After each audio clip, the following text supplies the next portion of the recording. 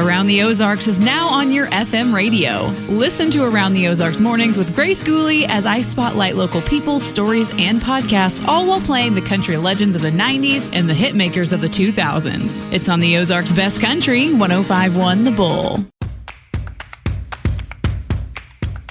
Hi, this is Joy Robertson. As many of you know, I love food. I love finding new restaurants. I love trying new dishes. And most of all, I love talking to the many great restaurateurs and entrepreneurs we have here in the Ozarks and beyond. I love hearing their stories, and that's what this podcast is all about, learning more about them and their journey. So join me as we savor the Ozarks. This episode is brought to you by Jim's Steakhouse and Pub, Kitchenland USA, and Springfield's locally owned Fazoli's.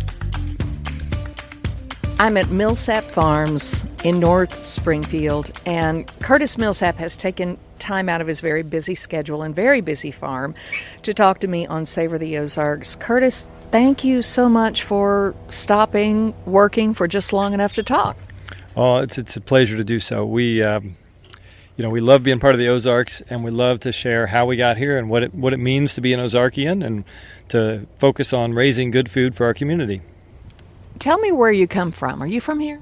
Yeah, I was born and raised in Springfield. Yep, born at Cox North, which of course I don't think you can be born at Cox North anymore.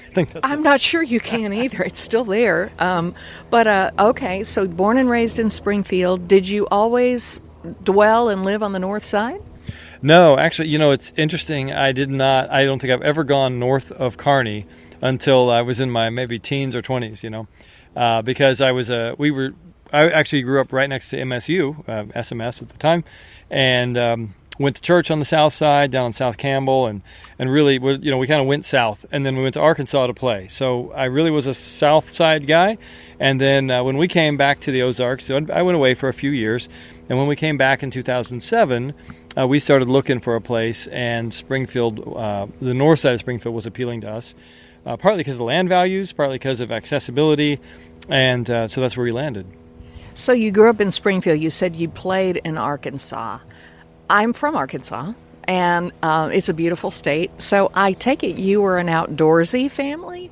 Exactly, which is really how we got into farming. Was I grew up backpacking, canoeing, kayaking, doing all those things down the Buffalo River and surroundings, and so when Sarah and I met back in 2000, or 99 actually, that was a lot of our connection was about outdoors. She grew up in Colorado, but doing a lot of the same things. And we both identified as this is what we love doing, is being out in the outdoors, doing these amazing things in creation and connecting with people. Both of us were doing a lot of leadership with kids and youth and even young adults at that time, and wanted to continue that pattern with our life. And you could almost say that the play is what led me to the work, and then of course work has in some ways become play as well. So it's a full circle. Did you study farming? Did you study agriculture in school or anything? So, no. I had a general studies degree from University of the Ozarks down in Clarksville, Arkansas. I spent a lot more time playing in the woods than I did in class. Which is probably the best teacher. I look at it that way now. But at the same time, school did teach me how to learn. I learned a lot about that. And so then what happened was, as we started exploring vocation, thinking about what are we really going to do with this passion we have for kids and the outdoors and later food, we realized farming's a really good way to do that. And so then we started pursuing education in farming by conferences and books. And of course now, had we been 10 years later, we could have learned all we ever wanted from YouTube, but that didn't really exist when we got started. So much ground to cover here. Speaking of ground, how many acres do we have here at Millsap Farm? Is it farms or farm? I think it's both. It is one farm, but for some reason when we got started, we said Millsap Farms, LLC. So there you go. It's confusing. Well, that's your website, millsapfarms.com. How many acres here? So we originally had 20. We added 5 back in 2019, and then this spring we actually bought another 22. So we're at 47 acres now. And on that 47, we really raise food and flowers on about 3 acres of that. So it's really a pretty concise farm, production area. But then we have other spaces that are used for pack shed and for a pizza area and a homestead and those kinds of things. So. Okay, he mentions pizza area. We're going to get into the pizza thing here in just a few minutes. On your website, it has a couple things, a couple terms I don't understand that I was going to look up, and I'll let you explain those to me. You consider this a learning community. Tell me, what is your sort of philosophy of farming and the land that we live on? Well, so I told you, our initial connection was all about conservation and recreation, and education is the third leg of that, right? So if we are serious about this beautiful natural world that we live in, continuing forward into the future as a beautiful natural world, then we have to learn to take care of it. And I don't think we're pulling any punches to say we haven't done a great job in the last 100 years of taking care of it. We've done more damage in the last 100 years than we probably had in the previous thousands of years, just in our ability, the chemicals and machines and all that. So then as we start to look at that and say, as we started looking at that and saying, so if we're going to farm, we're going to raise food, how do we want to do that? Well, there were several things that we keyed in on right away. One was we wanted to be able to do it with our kids by our side. And so that meant I definitely did not want to use chemicals that I had to say, hey, Daddy's going to go and apply the neurotoxins to the carrots. You guys stay home, and then we'll go play in the carrots later. It's like, no, that's not really a viable option, right? So we wanted to be organic for that reason. And then we also, I value clean water. I'm a canoeist. I love the Ozarks, and part of what I love about the Ozarks is our incredible water resources, crystal clear water everywhere you go. And that is not something we should take for granted. So soil conservation is important to me. So how do we take care of our soil? That's another big piece. And then we would say to health, I really think that we are what we eat. We tend to eat our way into health or unhealth. And so I think what we grow and what we feed people through our different ways of getting food to people with farmers markets and CSAs that really reflects our commitment to helping create a healthier group of people, a community as well. So to recap, I think we figured out these are the things we don't want to do to our food. So we don't want to apply neurotoxins. We don't want to use synthetic fertilizers. These are the things we don't want to do to our water sources. We want to keep the soil where it belongs and keep it being productive. And then we wanted to feed our community really healthy food that get them healthy as well. And you have a true learning community where people can sign up essentially to come and work on the farm. How does that work? You have interns. You have, I got here not early in the morning, but there were people going all directions. Between 9 and 10 in the morning. So, who works here? And that's a great question. We say that we have opportunities for people who want to learn that range for as little as a few hours a week up to a full-time commitment. And so I really do have in any given year, I typically have 2 to 3 or 4 apprentices. So those are people who are often living on the farm, working with us full-time. They are paid a stipend, but they're also working to learn. And so it's kind of a 24/7 educational experience. And then we have people who come out maybe 3 hours a week, and they just want to come and get their hands in the dirt. They want to experience what it is to raise food. Sometimes they're retired folks who have done, maybe they were big-time gardeners at some point, but now they're like, I'd rather just have kind of a grandchild garden where I can play with it for 3 hours a week, and then I can walk away, and it's somebody else's problem. So, and we love both of those. Either perspective is completely valid from our perspective, and then anything in between. So right now, for example, we have, in the summertime, a full-time crew of about 20 people. And of those, about half of them are here specifically to learn. And the other half are kind of hourly wage earners, and they still learn a lot, but that's not their focus. And then in the wintertime, it narrows down a little bit, and it's more like 6 full-time staff. And all those people are people who want to learn, who are living on farm, who really care deeply about what we're doing and want to perhaps one day either kind of create their own enterprise within Millsap Farm, or they may also, I've had a number of people over the years who've gone out and created their own farms. I think of the years that we've been doing this, we've hosted about 100 interns and apprentices. Wow. And of those, about half are still involved in agriculture one way or the other, which we always say is, that's a good thing either way, right? I mean, the 50% that didn't go on to be an ag, they learned that on our dime and got to say, oh, it's cool, but not for me. And then the other 50%, they got to learn from our mistakes and hopefully went on to not have to do quite as many costly mistakes as we have over the years. Well, and I would bet the people who don't go forward and actually do this day to day have a much greater respect for the world around them and what they eat frankly, I would think. You mentioned some people open their own enterprise within Millsap Farms. Give me an example.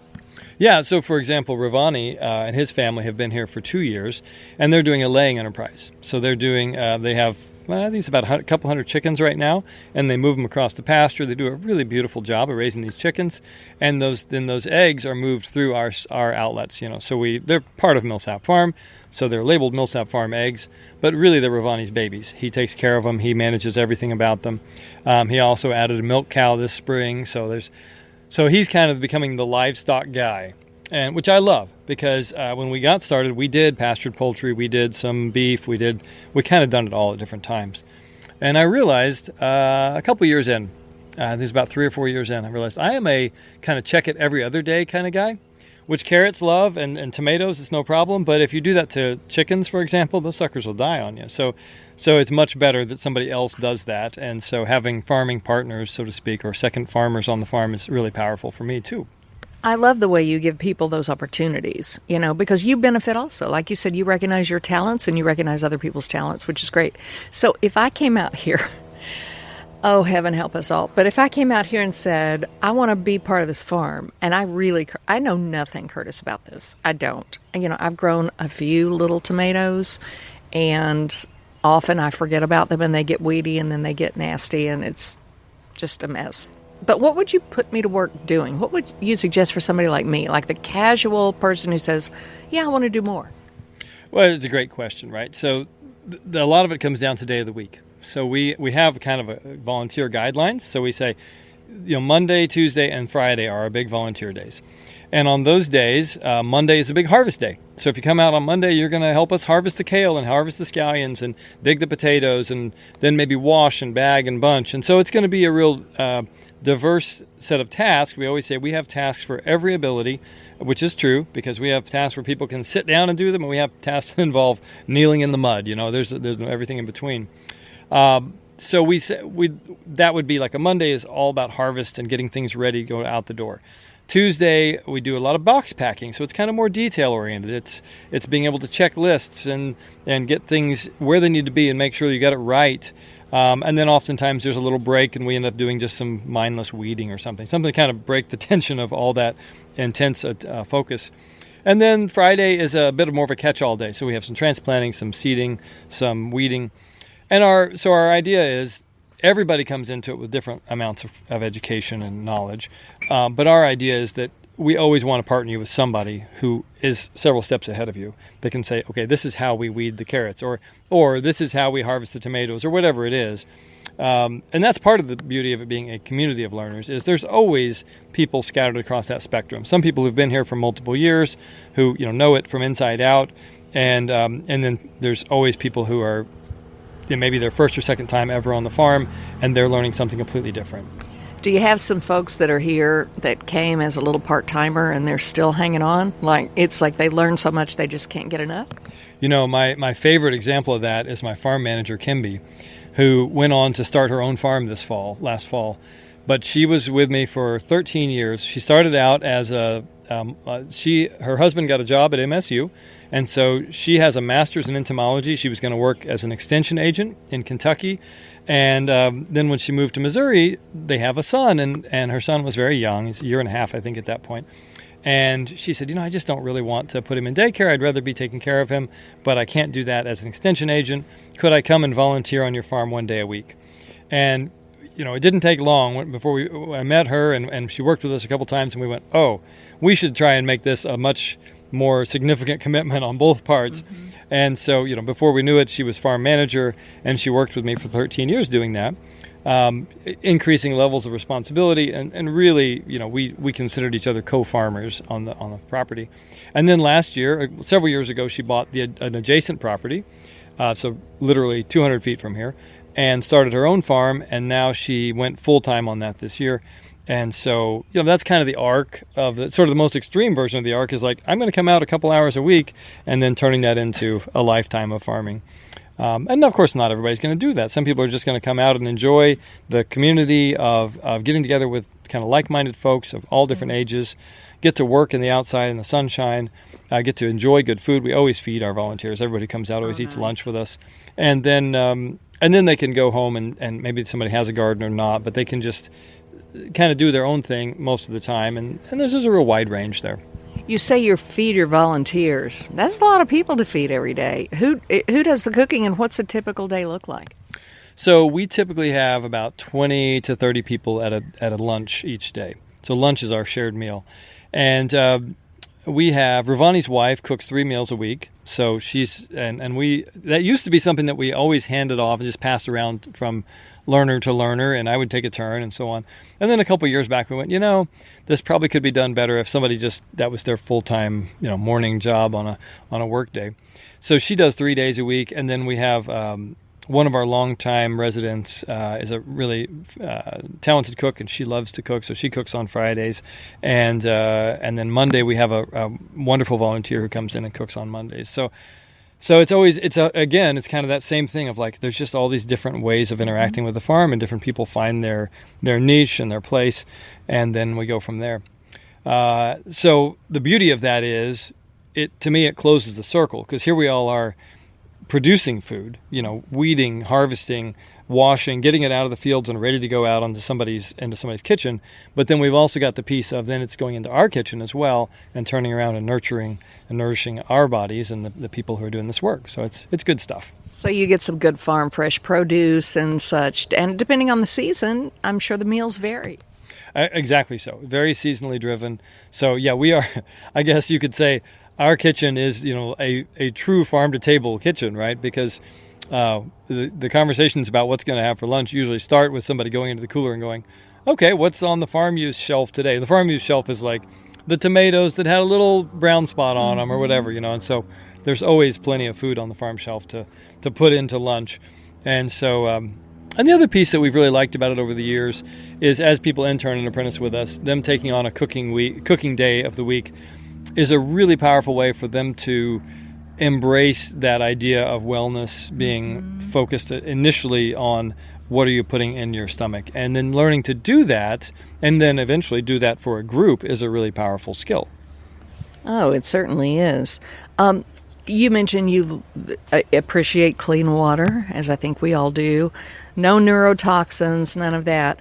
I was reading on your website, no-till beds, solar-heated greenhouses, water-wise planting systems. Tell me how these work and what might set them apart from a traditional, or maybe not traditional, but I don't know, maybe a traditional farmer. Tell me about those. Well, I mean, how much time do you have? We could spend the next 6 hours. I don't need a master's degree, but just tell me no-till beds, like I just have always heard you go till it up, plant stuff. No-till, what? I don't get it. Yep. Like, I don't really know why you till, but it makes sense to me when I go to put plants in the ground. But what does no-till mean? Yeah. So, I mean, fundamentally, the conversation comes down to how much disturbance do we need to do, and what's going to be the cost of that disturbance. So if you talk about water or tillage or anything else, really, it's how can we meet our needs, which is, a high-quality, abundant food source, while also finding ways to do that in a way that honors the creation around us. It's all this beautiful space and air and all these amazing creatures that are already out there doing their thing. So in the space of tillage, the question we would ask is, when do we need to till? Instead of just assuming that step one is always going to be to disturb the ground as thoroughly as possible, which a rototiller, it's kind of like sticking the soil in a blender, right? And sometimes that's appropriate. Sometimes that's exactly what needs to happen to meet our goal. But more often what we find is if we've done some tillage in the not too distant past, and then we've managed the soil well, we can go in and with minimal tillage, for example, if we have a salad crop that we've harvested, and now so we've gotten rid of most of the organic matter on the surface, and now we're going to put a tarp over the top of that, a black tarp. And then while that black tarp is there, the soil microbes and the worms and all those things that are in the soil will come up and consume all that organic matter, which is now going to die because it's in the dark. And within a couple of weeks, we'll be able to pull that tarp off and plant right back in without doing any tillage. Now, is that a perfect low impact system? Well, of course, there's compromises there because we're using plastic, and there's always, we stand at a constant decision point, right, where we're like, the perfect is not really attainable, and yet we also don't want to just default to the worst. And so that's what organic farming is for us, is this constant sort of threading of that narrow, beautiful path of how do we do the least damage that we need to do, but also meet our goals of producing an abundant quality food supply. Man, the process by which you learn to do this, it's years of experience. And I really admire that. You've really, really worked at it. And the fact that you teach others, I get the solar heated greenhouses, water-wise planting systems. I mean, I kind of can figure out maybe what that means, but dumb it down for me and explain how. Give me an example. Well, so for example, we could, in a traditional garden in the Ozarks, we'd have, if we had water, we'd just have a big overhead sprinkler, right? It's watering everything plus a little more. And that's fine if you're doing a garden, but if you decide, well, you got a bigger space, you either got to start pulling a lot more water out of the ground and applying more water to the surface, or you can start doing things like drip irrigation, for example. So drip irrigation is one of our water-wise practices. So rather than, if we plant a row of tomatoes, especially when we plant it in a greenhouse or something, rather than irrigating that overhead, we're going to put out drip lines. And that's a technology that comes from the desert. So it is specifically designed to conserve water. And that's good on many levels. And so, for example, it's good because now we're going to pull a little less water out of the aquifer, leaving a little more water for the springs and for our neighbors to pull out of their wells as well. Secondly, it's going to keep that water right where it's useful, which is at the root zone of the plants, instead of out in the grass and out in the pathways where it doesn't necessarily do any good. And then also it's a really great way, especially in a greenhouse or a high tunnel type of space, it helps us limit disease. Because when we keep leaves dry, disease spreads less. And you can picture that. Like if you've got a wound, you don't want to keep that thing wet. You want it to dry. You want it to you want it to heal that way. And so it's the same thing with plants. If you have plants that are wet all the time, they are going to breed bacteria and fungus. And so if we can keep their leaves dry and water them instead at the ground level. So again, you see one sort of technology, but what it does is it yields sort of an abundance of benefits to us. And that's when we say water-wise planting. That's one of the things we mean. When you're responsible for feeding a group, you want it to be simple. And, of course, you want everyone to love it. Zoli's Catering makes it easy with baked pastas, pizza, fresh salad, and our famous signature garlic breadsticks. It's a great fit for any size office lunch, meeting, family gathering, team meal, or any occasion. Find the menu and order online at fazoli's.com. Fast, fresh, Italian, Fazoli's. Some people check the weather. Others check our soup of the day. Hi, this is Jim with Jim's Steakhouse and Pub. Our soup of the day changes, but the comfort never does. Just check with your server. Because nothing takes the edge off a cold day like whatever's simmering at Jim's. When you walk through those legendary doors, you're gonna find there's so much to love. So do yourself a favor, dig that service and flavor. Jim's Steakhouse and Pub. Have you heard the news? Kitchenland USA in Nixa has expanded with a new 2,000 square foot addition.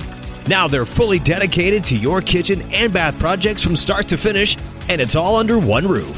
Stop by the new showroom to see and touch the newest sinks, tubs, walk-in showers, faucets, lighting displays, tile, and flooring, all in one showroom. Kitchenland USA, newly expanded kitchen and bath showroom in Nixa, where your vision is our mission. Have you had some of the people that showed here to volunteer or work teach you things? All the time, right? Yeah. So what we find is that everybody brings a skill set and knowledge base to whatever they do. And if we live in a position of openness to that, then there's so much we can learn. Now, that said, have we had people who came and we learned nothing? Well, probably, but that may have been more about their openness and our, how we were feeling at that moment. We can confess that we're not perfect. But most of the time, I do think when people come in, we learn all sorts of things from each other. And that's when we say a community of learners, I really believe that it's an interchange. It's an exchange of information and knowledge, even habits and things like that. We have, I am not, unfortunately, the most diligent guy in the world, so I may do something really effectively for a week or two and then maybe forget to do it for a week or two. And so it's really great when my coworkers are the diligent ones who are like, "Hey, Curtis, did you do that?" Oh, thank you for the reminder. Yeah. So even just simple stuff like that, learning to acknowledge one another's strengths and weaknesses. Everybody knows if somebody needs to deal with this tour group of 40 people who just walked onto the farm, Curtis is the guy to call, because in an extemporaneous, I'm going to show up and I'm going to teach and I'm going to be, that's my sweet spot, right? But if the thing is the cow has to be milked twice a day for the next 10 years, don't call Curtis, right? So knowing each other's strengths and weaknesses, I think, is a huge part of how we work together as a community. I love the thought. Curtis is like, oh, the cow. Where's the cow? Yeah. Does anybody know where the cow is? And if I'm not mistaken, you said you had like 3 acres that you do actually farm on, but you have much more acreage than that. Is that the pasture you refer to? What do you do with all that other land? Yeah, so we have pasture, we have woodland, and of course we have homestead, so just yard and house and barn and things like that. With all these people, we have a fairly good-sized parking lot. You can imagine, we have 20 people working in the summer, we have to have a bit of a parking lot. Do they live here? So of those 20, I think right now we have 6 that are living on farm. Yeah, so a good number, but there's a lot of people who come in daily as well. So you have like a house that has multiple rooms in it where people can actually live and work. Yeah, so initially it was just our house, and we had kind of an upstairs, downstairs duplex sort of situation. And we still have some interns who live in our basement who have there's a common space down there. That's where we share lunch as well. We have a second kitchen. And then we have, we bought another house. That was the acquisition this winter.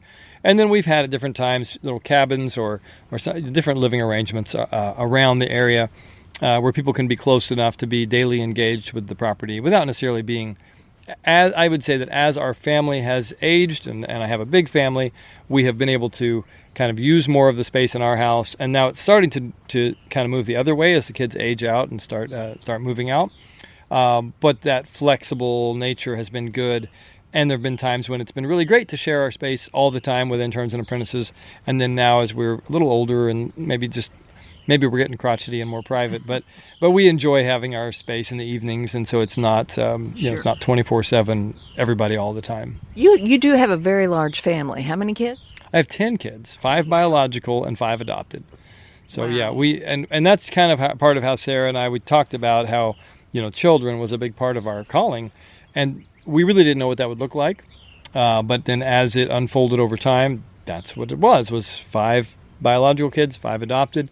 And then I would add, a plethora of other children who have become ours in various ways. And some of those children are people who showed up on the farm to work in their early 20s and clearly needed a family, right? And we've become that family. And then others, it's been more of a pass-through type of thing where they come and they find some pieces they needed out of relationship, and we were able to be that, and then they move on and have their own experience of that. So I would say our family, our core family is those 10 kids and Sarah and I, but it very quickly there's a next ring that's still very close that we, like when we have a family birthday party, those people are included. Do you think any of those kids might take over the farm one day? Do they have surely they learn this for sure, but they may be inclined to do other things. What are you picking up on? Well, first off, we would say we've always supported them chasing their dreams and their hearts, and we want that to be true. At the same time, we love what we've done here. We've created a thing that we really value and think is an important place in the world.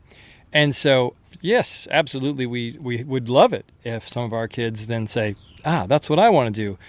And we're not attached to it. So we try and kind of an open-handed invitation. You are welcome here. You're wanted here, but also we know this may not be your calling, and that's okay too. We support you, whatever. So you mentioned all the land you have here. I didn't know this, Curtis. You have an Airbnb. Yeah. Let's see. I think 2019 or 2020. My farm manager, who had been living here, that was when she bought the place adjacent to us. And so she left behind the little house that she and her family had built. And left behind as in we purchased it from her. And that's become our Airbnb. And that's been a blast.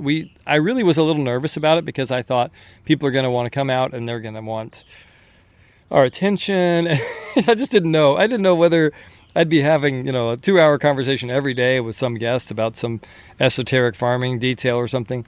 And instead, what we found is people just love having a place that's not in town. The kids can roam and play freely. There's lots of dogs and cats to pet. There's the pigs to feed. There's, flowers to sniff and walk through.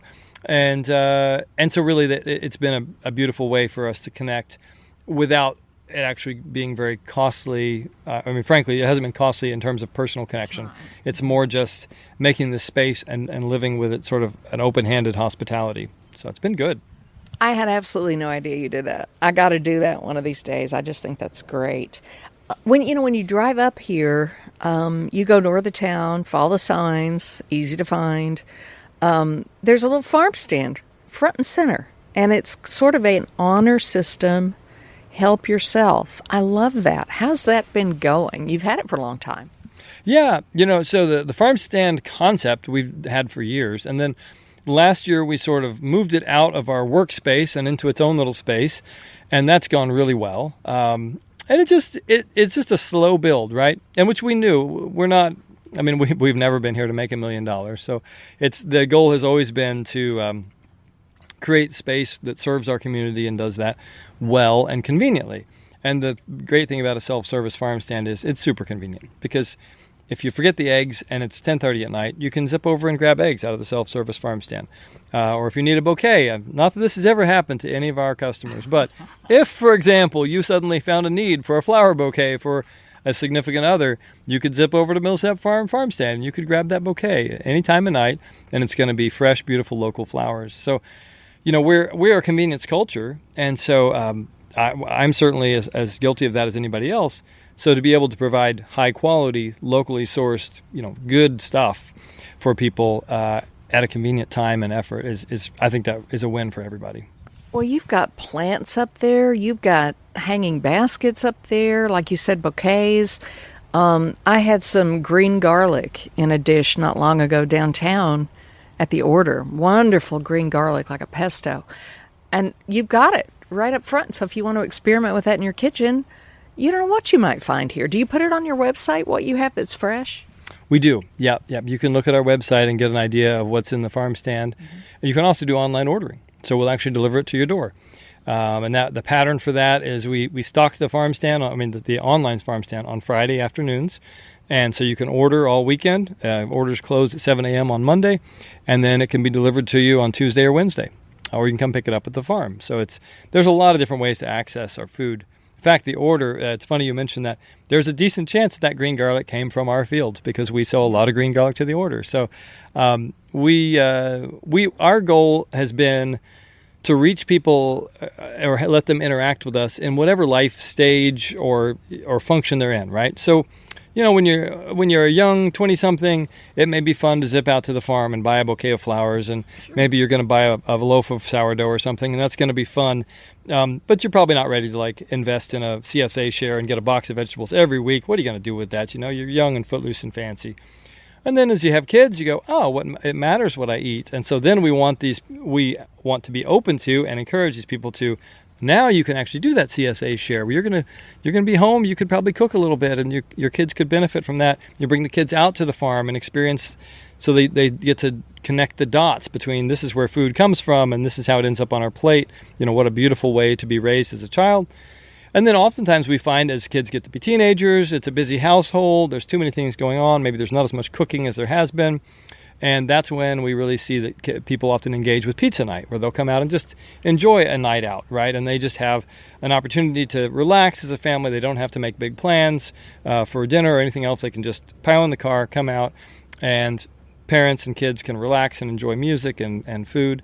And so the point being, we think that there's a way for somebody to interact with the farm at any point through any season of life. And the farm stand has been a really nice piece of that, but so have all those other ways of doing that. So, pizza night, Thursday nights, usually from roughly May through October, I believe. And you can buy a ticket online, and it sells out.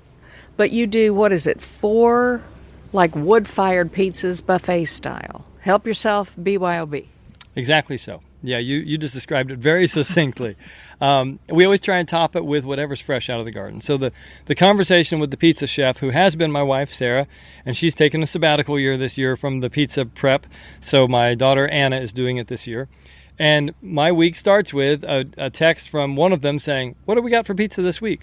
And just between us, there's a little bit of a game of like stump the chef, right? So it's like, well, of course, the obvious things. Well, we got some oregano and we've got some garlic, but then you say, and we've got some cucumbers.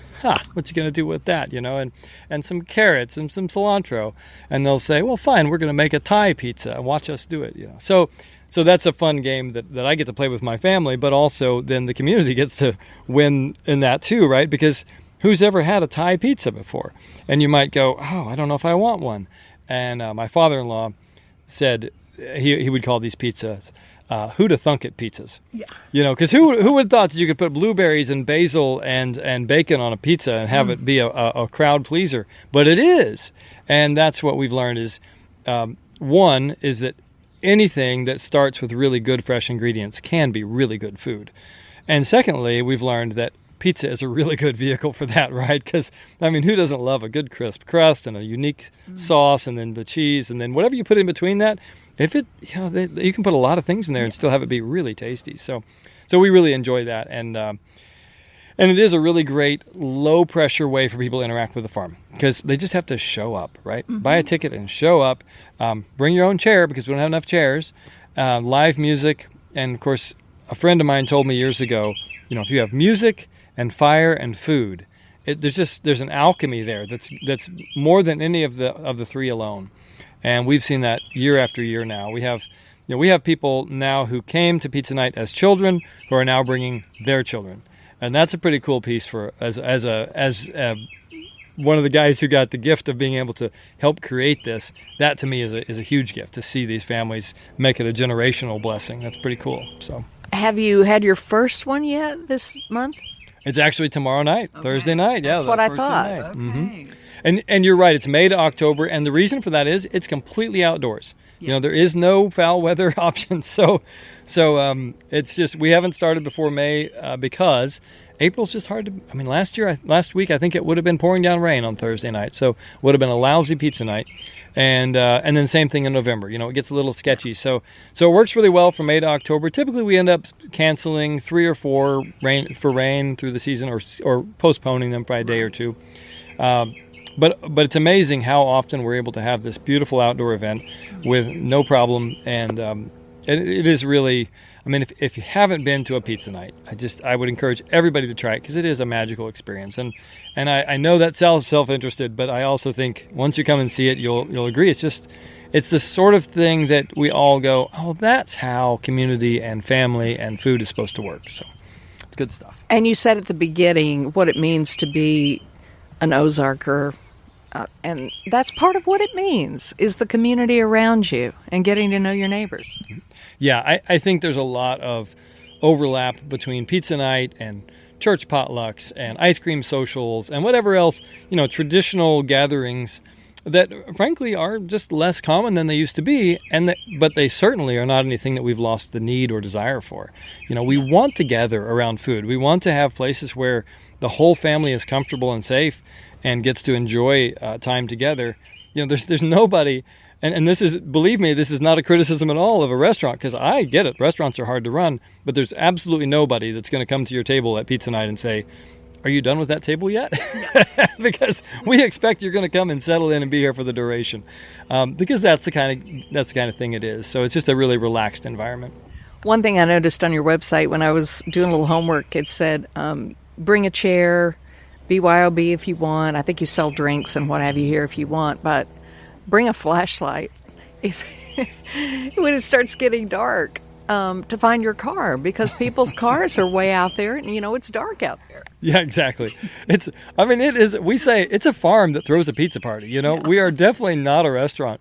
And so, and to be completely frank, it's not for everybody, right? Some people come out and they're like, whoa, I don't know, this is a little too much. I'm walking a gravel pathway. I've got dogs wanting to get petted on the way to the pizza site. I don't know if I'm comfortable with that. And that's fair. It's not for everybody, but it is for a lot of people. A lot of people really have found it to be their the term third place. It's that idea like we have work where we're comfortable, we're at home where we're comfortable, and that third place is where do I go and still experience that level of joy and comfort and pleasure that I couldn't get from those two places, and now be with a little different set of people. One of the things I love about pizza night is because we don't have enough chairs, people often end up sharing picnic tables, for example. And so I know a lot of these people, and historically have known a lot of them because they were CSA members first, or different ways we interacted with the farm. And so I look out and I go, well, look at that. Now those two people, I know, having had conversations with them, that they have very different ideological perspectives, and they have very different political ideas, and they may have just a whole lot of differences. But here they are having a wonderful conversation at a picnic table. And that seems to me like something very worth pursuing. It sounds like you probably stop on Thursday evenings when it's in the throes of the evening and just smile. Just kind of look around and go, yeah, this is what I wanted. There's a lot of that in my life, frankly. I feel very, very blessed to get to do what I do. I feel like a classic example of the person who says, if you love what you do, you really never work a day in your life. Now, that said, it's hard work. We do a lot of hard things, and my crew puts in long hours and hot weather, and my family supports this place in ways that, that nobody could for money. It has to be for love. And at the same time, I think we get back things that you could never get with money. The satisfaction and just the love of serving people and the connection that we have. All those things are really priceless. All right, real quick. The CSA, I have a feeling I'm going to go, oh, duh, you should have known. What does that mean? Yeah, well, it's a great question. We've been selling CSA shares for 18 years in the Ozarks, and still about 3/4 of the people that I talk to have that exact same response. So we actually changed the name of it this year. We started calling it a grocery subscription program because everybody knows what that is. And so that's what it is. It's specifically about 80% of what goes out through our grocery subscriptions is grown here on the farm. And then the other 20% will be things that we source from other farms, or like I mentioned the sourdough bread earlier. We have a baker who brings sourdough. We have some beef and chicken and lamb from other farmers as well. Our promise is that we will source things that we would feed our family, that we feel good about, and that will be transparent. So if we end up buying, for example, we don't grow watermelon. So oftentimes we end up buying watermelon from the Amish up in central Missouri or up at Lead Mine. And we'll buy a big bin, right? And we'll get a bulk price, and then we can come back and we can mark it up enough that the farm makes enough money to justify the work, and that the people getting the watermelon also get a good deal. And so that's, but when we do that, we say, hey, this is conventionally raised from Amish country. Don't eat this thinking you're eating organic watermelon, but we're going to eat the heck out of it because we love watermelon, and we haven't had much success raising organic watermelon. So that's the sort of promise that we're making, is that we're gonna be transparent, and we're only going to feed our customers things that we also think are good to eat. I haven't done the subscription, but it's really tempting. But so the CSA is it essentially means subscription, but I have to know what CSA stands for. Yeah. Community Supported Agriculture. See, I kept thinking about that, and I thought maybe S is subscription, but I just couldn't figure it out. Okay, there was another thing. It looks like it says woofers. WWOOF-ers. What is that? Oh, that's a secret code. I can't tell you about that. Oh, come on. I came all this way. What does that mean? So, let's see. They've changed the acronym. What does it mean right now? Worldwide Opportunities on Organic Farms. How about that? WWOOF. So what that means is these are people who, there's a directory. Now it's online. Of course, when we started, it was a paper catalog, but it's online, and people call us up and they say, hey, I've got 3 weeks. I'm traveling through. Could I come and trade, some hours of work a day for room and board? And it's a really cool program. We've had woofers from all over the world. I think our first woofer was from upstate New York, but we've had woofers from Korea and England, France, Switzerland, Spain, Italy, South America, a guy from Mexico who owned a walnut orchard in Mexico. I mean, so it's just a real range and a range of experiences. Some of them will come here and they've never touched a plant in their life. They're coming straight out of wherever urban environment they came from. And then we have others who, coming from another farm. My daughter this summer is doing some woofing, and she's going to go and know all kinds of things, but of course she's going to be spreading knowledge and absorbing knowledge at the same time. So it's a really cool program. We love participating in it, and it's a good way for us.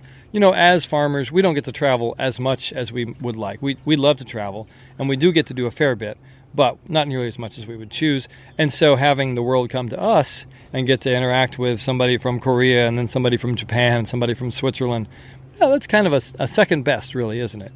Oh, that's fantastic. I'm so glad I asked that question. That's the big takeaway from today right there. Holy cow, I had no idea. People travel around and woof. Yeah. Have you ever woofed on another farm? Have you acted as a woofer? That's my retirement plan. Oh, God. Full-time woofing. Yeah. Okay. I don't know. We haven't got to do it. Now, that said, Sarah and I do travel a lot, and we've taken our kids traveling, and so everywhere we go, we try and spend some time on a farm somewhere. But sometimes that, it's not the same as really working in somebody's fields for a couple weeks. We just haven't had the time to do that yet. But I was going to ask you, and I will wrap this up. I could talk to you all day long. And you're sitting there thinking, yeah, you are talking to me all day long. I got stuff to do, Joy. Pizza nights tomorrow. What do you do when you're not here? What do you do? What kind of hobbies do you have? Canoeing, you mentioned that. Yeah. Camping, maybe. What else? Yeah. What all do you do? Yeah. So my goal is to get out camping at least one weekend a month. And so usually that's in the wintertime. That's often backpacking.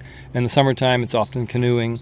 And then we also, this will be the 50th, I think it is the 50th year of our family float trip. So my parents started a week-long trip on the Buffalo in 1976, and they've been doing it every year. And so I've been a part of those, almost every year of that. And now my kids have been a part of that since they were teeny tiny. In fact, my youngest, who we ever took on a week-long float trip, was only, I think she was 4 weeks old, but she went camping for a week. Well, it turns out that's actually the easiest time to take a kid camping, because you just tuck them in wherever you go. But we've done that now, like I said, 50. So I'm approaching, just from that trip, almost a year spent camping and canoeing on the Buffalo. Not consecutively, but collectively. And so that's kind of a cool number to think about. So yeah, that's our stuff. And then we travel. Sarah and I have traveled to a number of places in Central and South America with kids, and even led a couple trips with youth. And then we've gone to a little bit in Europe. We're starting to now have some ability to go do those trips as well. So yeah, we love to travel. Okay, I know you have long days on the farm. What do you do in the winter? What happens in the wintertime when things aren't? Well, you do have greenhouses, but what happens here in the wintertime? Well, it's a good question. So things slow down. That's definitely true. And at the same time, they don't go away, right? So we still have things to maintain. And actually, we grow and harvest year-round. We often say, we grow and harvest about 360 days a year. We take a week off between Christmas and New Year's when we don't harvest. But even then, stuff is obviously growing. So in the wintertime, it's spinach, head lettuce, carrots, things like that. And in the summertime, it's the full spectrum of stuff you would expect. And so some of that's still going out. We do a farmer's market year-round, and we do some version of our CSA grocery subscription year-round as well. And so there's always food being harvested. But that said, winter is much more relaxed, and that's intentional. When we started thinking about how the farm was going to work, one of the things we really wanted was to have a workflow that worked for us, not us working for the farm, so to speak. Because we all know a lot of farmers who are kind of, married is a nice word. Sometimes it feels more like co-joined, like they don't have an option for leaving the farm behind. And that's not who we wanted to be. We think that the farm is beautiful and important work, and we also think there are other beautiful, important things to do in the world that don't necessarily just involve growing more carrots. So we love to travel, and we've really enjoyed that. And we also love that it just slows down. We're able to spend more time in front of the fire reading books. We're able to spend more time intentionally with our family. As you can imagine, in the summertime, it's long days. It's not uncommon to work 14 to 15 hours a day in the summertime.